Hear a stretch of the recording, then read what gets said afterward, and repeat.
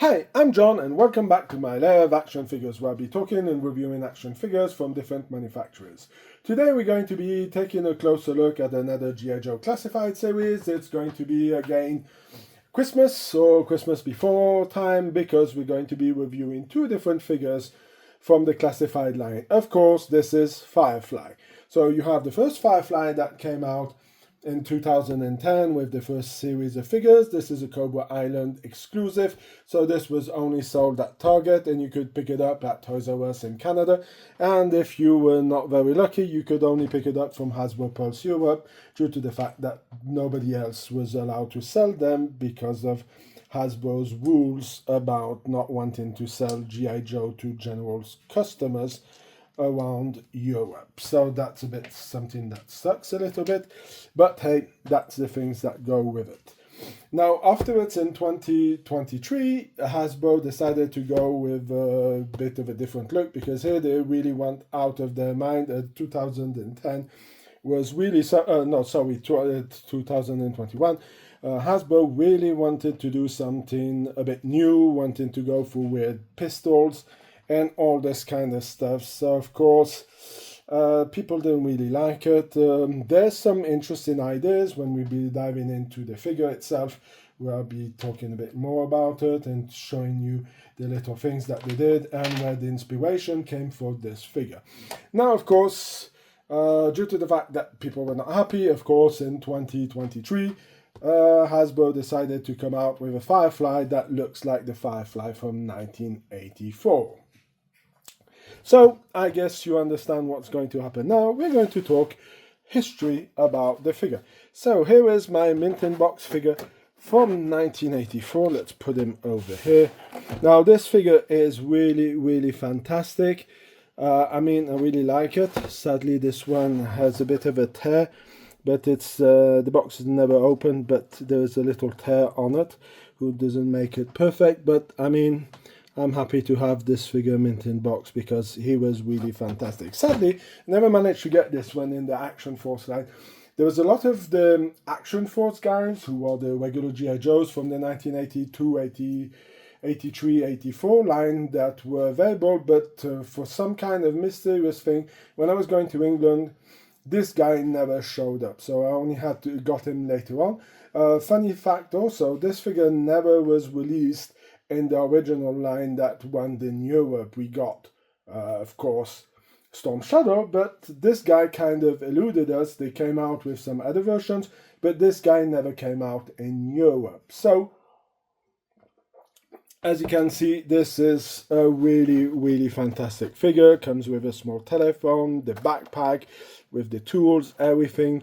This figure really looks great and is fantastic. Now, let's dive into what we get in the box and let's have a closer look at these two figures.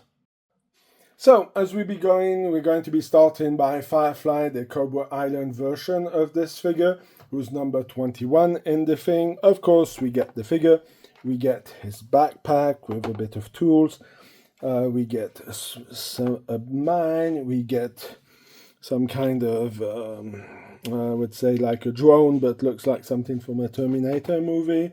We get a small pad, guess it's a control pad. We get, of course, some goggles with a little antenna here. Let's see, oops, this one's going to be hard to focus. There we are, you can see it. And then we have the Nerf gun who comes with this figure. Sadly, these things are not the best, if we can say like this. Now, when I'm looking at this figure, as you can see, there's some pretty neat details on his face, like if he got some scratches. Whoops, sorry. So he's got some scratches. I guess you can see them a bit. So this was inspired by the, I would say, the one that was in the movie Cobra.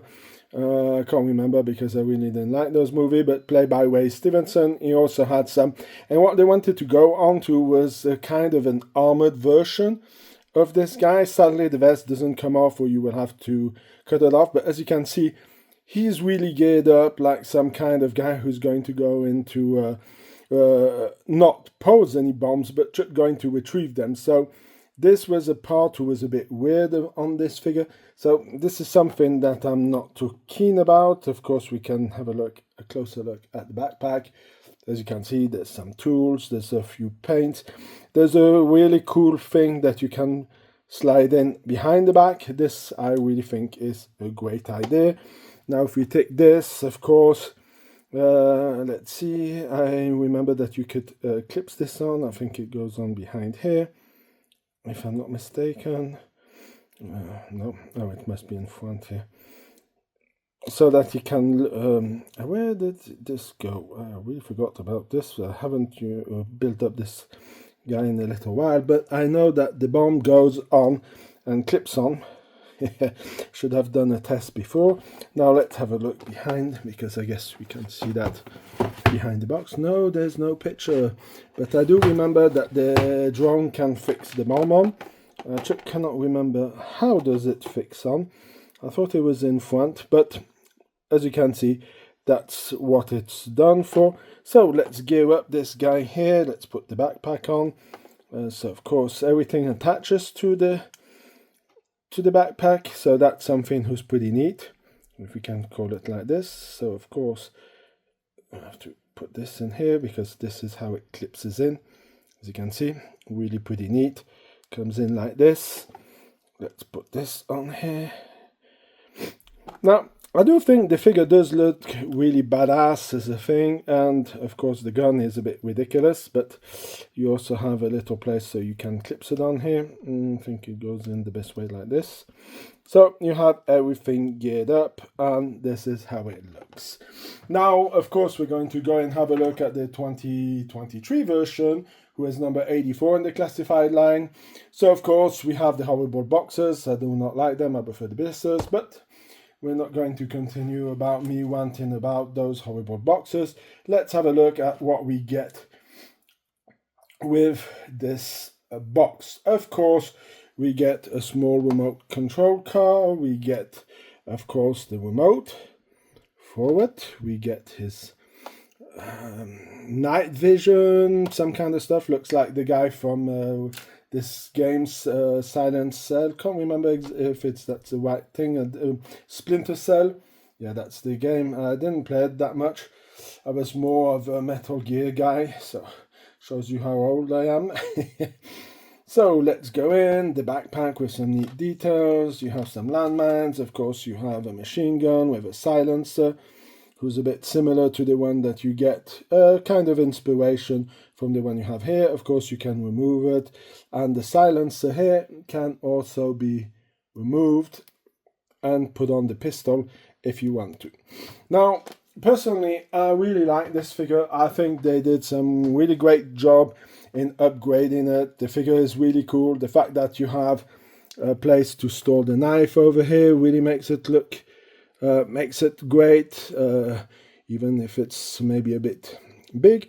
But the fact that you can put it in, you have the holster over here. That's something that is cruelly missing with this guy over here. Doesn't have a pistol, who's a bit annoying. Let's put this kind of stuff. Of course, you can see this guy doesn't have any scar. Now, if you go on to reading the comics, this guy was the no-face master. I love Larry Hama's book, but that part of him being in the Arashikage Ninja Clan was a bit of a silly part of it. Didn't really like it. Let's clip the landmines on here, and let's keep focusing on here. Of course, you can click. Of course, the wheels turn on it, who's a little nice detail, not much, but you can clip it on. Really looks good. Then you put the rifle over here on the backpack, and you have everything. Sadly, there's not really a place, or if there's a place, I haven't figured it out. I tried to clip it over here, but doesn't hold really well, so what I kind of did is should block it under here, so I'm not sure not to lose it. So then you should gear him up, should put the figure in, and here we have our Firefly from 2023, who is looking really awesome with such much gear, such a cool figure. So now you kind of figured out that we're going to be diving into the part where we'll be talking is these items of worth something in the collectible market. Now, this one would have a certain value. His value did drop when this one came out, because a lot of people prefer this one, sadly, because of the fact that this guy here was not what people wanted. They wanted a saboteur, they wanted somebody who looks, this guy looks like he cannot run anywhere, he's got way too much gear for it. So that was the reason why. Now, there's also another inspiration on this figure. He came out, he looks a bit like the one that came out in 2010 for the Retaliation. It was a battle set, 5 figures, so he was in it and had also a similar vest. Afterwards, it was Resolute. I was okay with the cartoon, but let's go back to this. So this is the reason why this figure didn't have a certain interest. The prices still range in the $50 for a figure was sold $24.99, so it's pretty good, but it's not the one that the collectors want. The collectors want this guy because, of course, of the similarities with the one from 1984. This one is currently sold out. Now, of course, if you are a purist and you like the vintage boxes like this guy here, you're going to say, well, I'm going to wait for it to come out in Retroline, and I wouldn't blame you to do it. Afterwards, I'm maybe not convinced that you may get as much gear. I guess that there were little cars going to be gone, and maybe they might not put the goggles, but the rest of it would be there, due to the fact that it's something similar. I guess if we're going to get a small phone, that may be added to the retro line if they do something. So yeah, this is really something that is to think about. So yeah, this figure also has a certain value on the secondary market. So if you don't have them, snatch them up. They're really cool to have, and I really highly recommend you having them.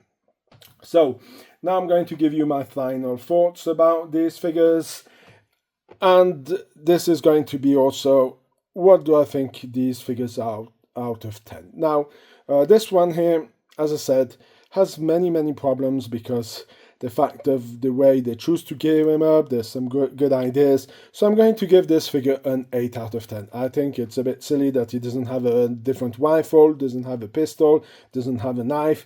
I mean, the guy is supposed to be a saboteur, supposed to enter stealthy. If you read the file card, I mean, it's a bit of a miss. So yeah, 8. I would say 7 out of 10 for this one. Now, this one here is going to get a lot better note. This is going to be a 9 out of 10.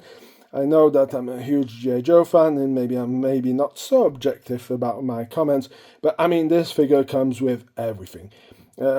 If you wanted to be really nitpicky, you could say the gun didn't look like, but again, this is not the retro one, so we cannot really complain. But as a modern version update of the 1984, this is close to perfection. Really like what they did with this figure. Would have maybe liked to see some kind of possibility of opening the box behind. I understand that this is also something he could leave as a bomb, but there could have been a little panel opening on it if you really wanted to be nitpicky. But this is a 9 out of 10 easily.